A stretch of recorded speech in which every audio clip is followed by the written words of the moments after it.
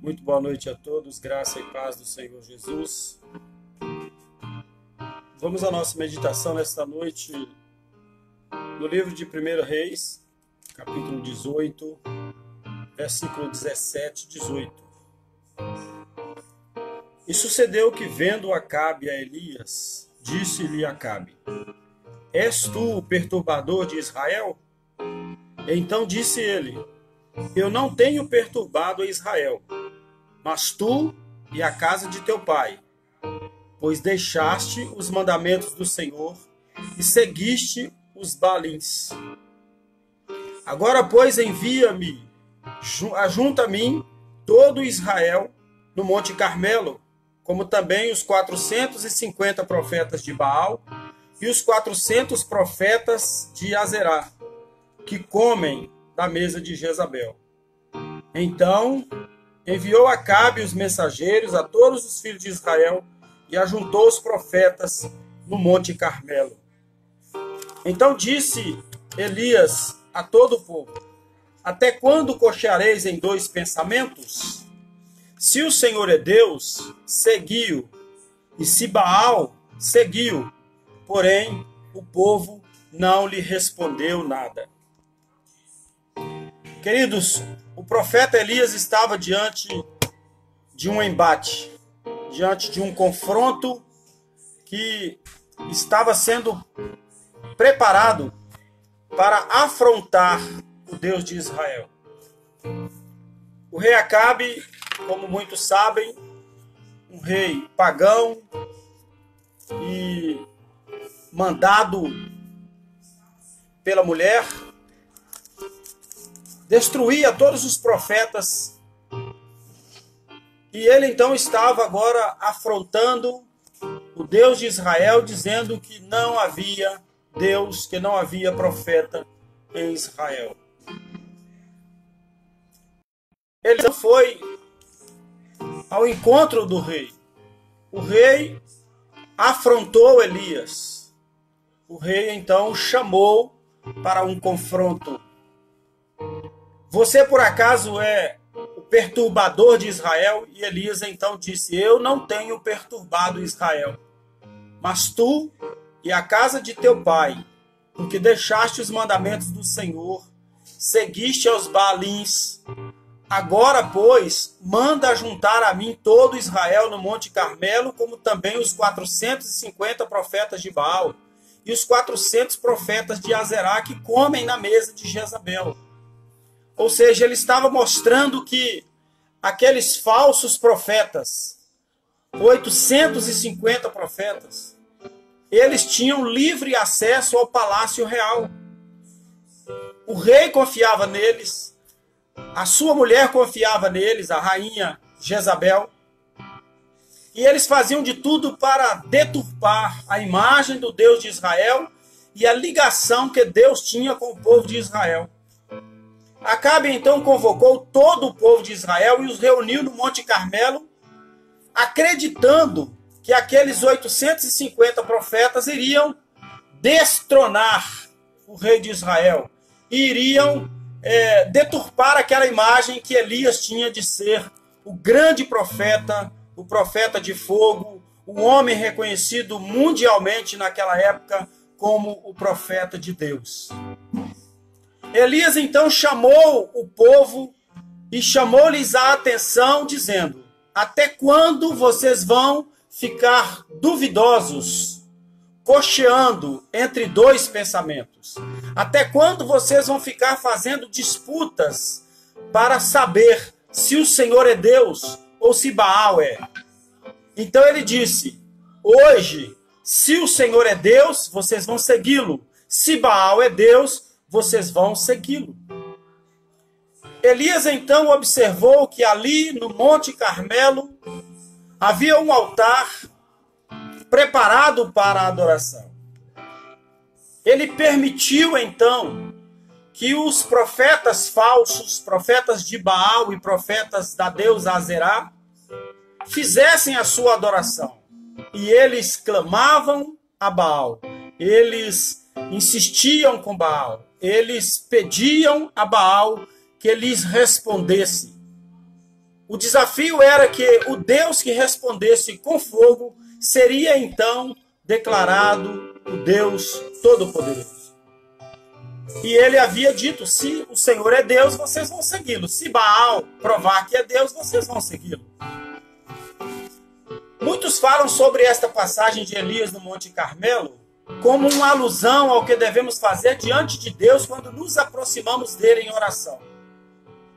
Seja para pedir, seja para agradecer, precisamos entender a soberania de Deus e o prazer que Ele tem em nos atender dia a dia, de acordo com as nossas necessidades e de acordo com a vontade do Deus Todo-Poderoso.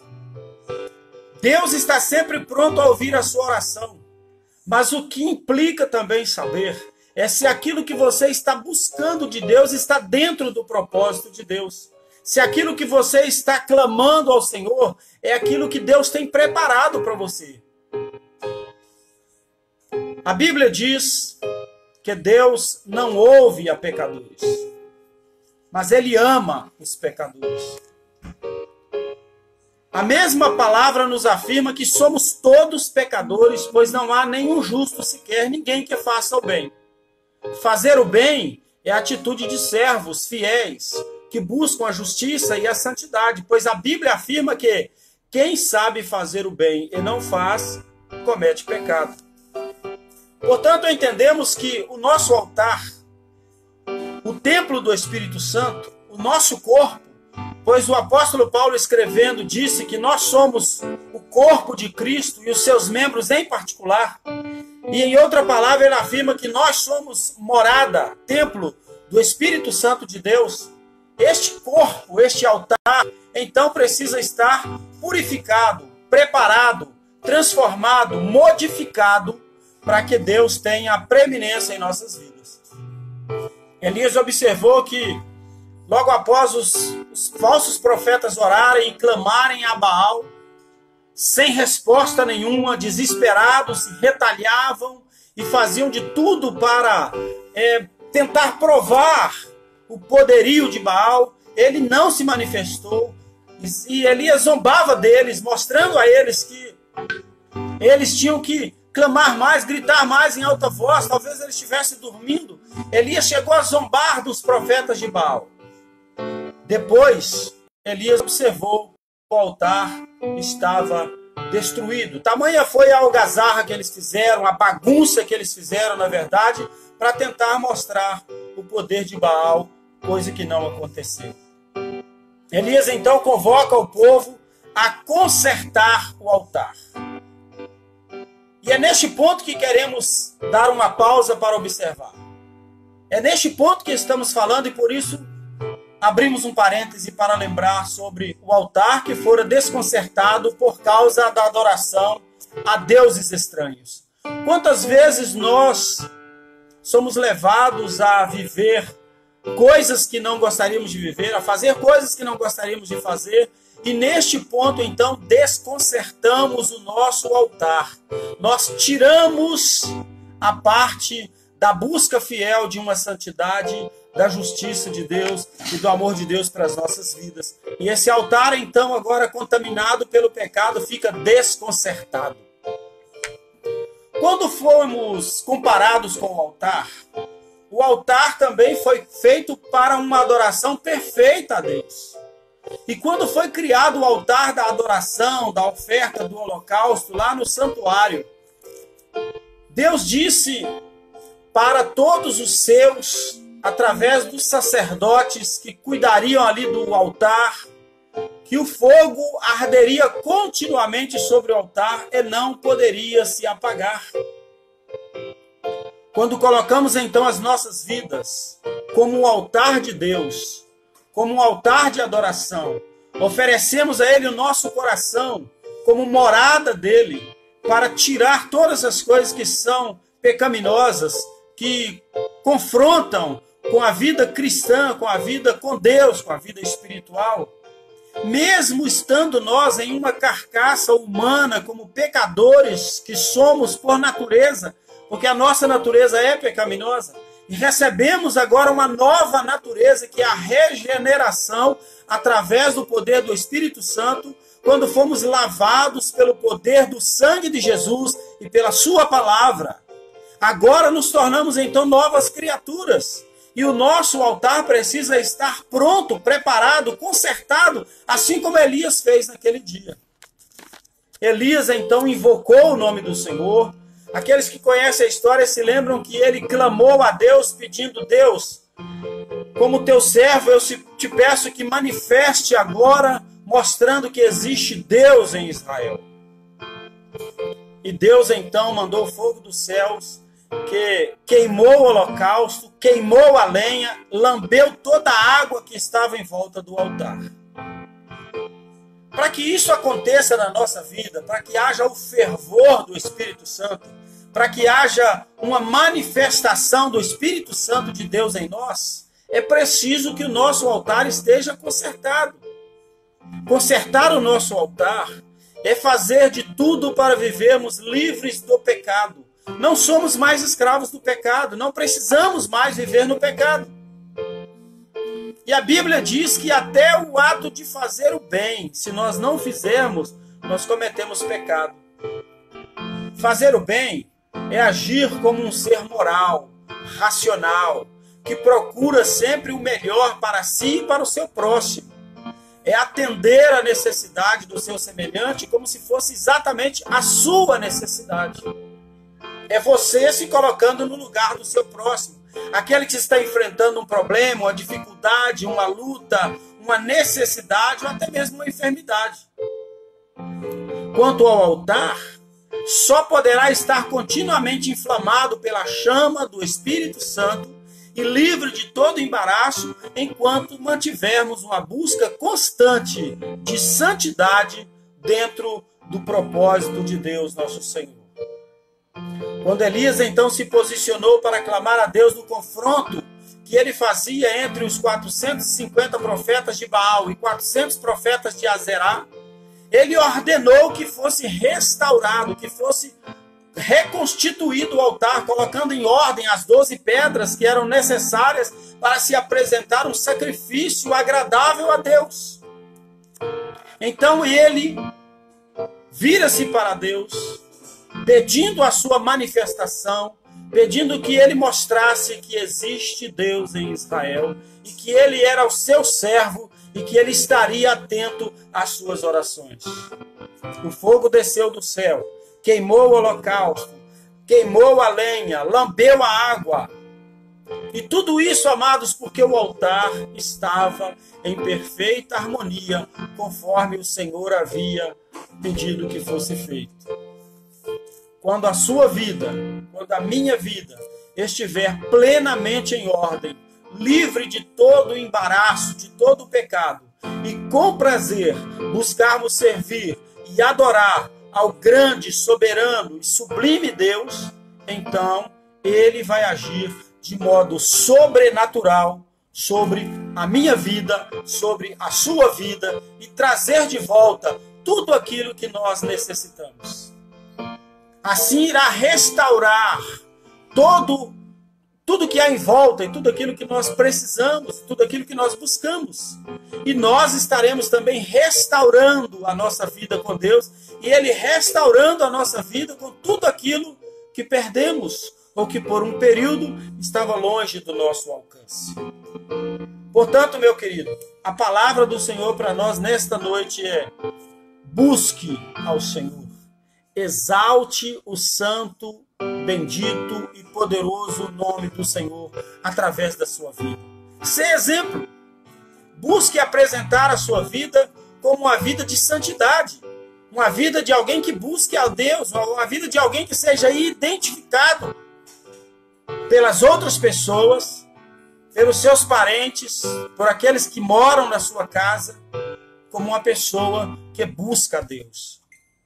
É tão bom quando a gente encontra uma determinada pessoa e aquela pessoa exclama que você é servo de Deus, que você é fiel, que você é cristão ou que você é crente, seja lá o nome. Mas é importante quando ele chega diante de nós e nos diz que fomos identificados por aquilo que nós praticamos. Se praticarmos o pecado, seremos identificados como pecadores. Se buscarmos a santidade, buscando a santificação de nossas vidas, buscando adorar a Deus acima de toda e qualquer circunstância, então aí todos vão dizer: ali vai um servo de Deus. Apresente-se, manifeste-se diante de Deus para buscar uma vida de santidade, para que você seja exemplo para todos aqueles que estão em volta. A Bíblia diz que nós estamos cercados todos os dias por uma grande nuvem de testemunhas. Você pode escolher na sua vida, meu querido, ser influência ou ser referência. Se você agir de maneira errada, você vai ser uma influência, e uma influência negativa para aqueles que te conhecem. E não adiantará doces palavras, ou belo diálogo, ou um bom parecer escrito. Aquilo que você fala vai ser muito mais fraco se o seu testemunho não for contundente ou concluinte com aquilo que você está falando. Expresse aquilo que você vive. Viva aquilo que você fala. Assuma a responsabilidade de um verdadeiro cristão. Busque a Deus e conserte a sua vida dia a dia com o Senhor. Clame ao Senhor para que você possa ter santidade na sua vida e reverência diante de tudo aquilo que você pode e que você precisa fazer. Medite na palavra de Deus. Busque ao Senhor. Aproveite esses dias de confinamento, de exclusão social ou de reclusão para não ajudar a propagar essa doença maligna, e coloque a sua vida diante do Todo-Poderoso para que você possa sentir que você é útil, que você pode fazer, que você pode mudar o mundo à sua volta. Mas lembre-se de uma coisa: para que você consiga mudar aqueles que estão ao seu redor, mude primeiro você. Que Deus abençoe a sua vida e te dê abundante paz, uma noite de sono tranquila e uma vida totalmente voltada para adorar e para agradar a Deus. Senhor Deus Todo-Poderoso, nós apresentamos diante do Senhor estas famílias, estas pessoas que agora estão ligados conosco neste canal para adorar ao Senhor, para ouvir a palavra do Senhor, para meditar na sua palavra. Senhor, abençoe abundantemente cada família, cada lar aqui representado nesta noite, por aqueles que estão nos assistindo, por aqueles que estão presenciando e guardando nos seus corações a sua palavra. Ensina-nos a guardar esta palavra. Ensina-nos a compreender qual seja a boa, perfeita e agradável vontade do Senhor. Abençoe o teu povo com abundante graça, com abundante paz, e conceda-nos uma noite tranquila na tua presença. Guarda-nos, livra-nos de todo mal e sustenta as nossas vidas na tua presença, pois nós oramos no nome de Jesus. Deus abençoe você, meu amado.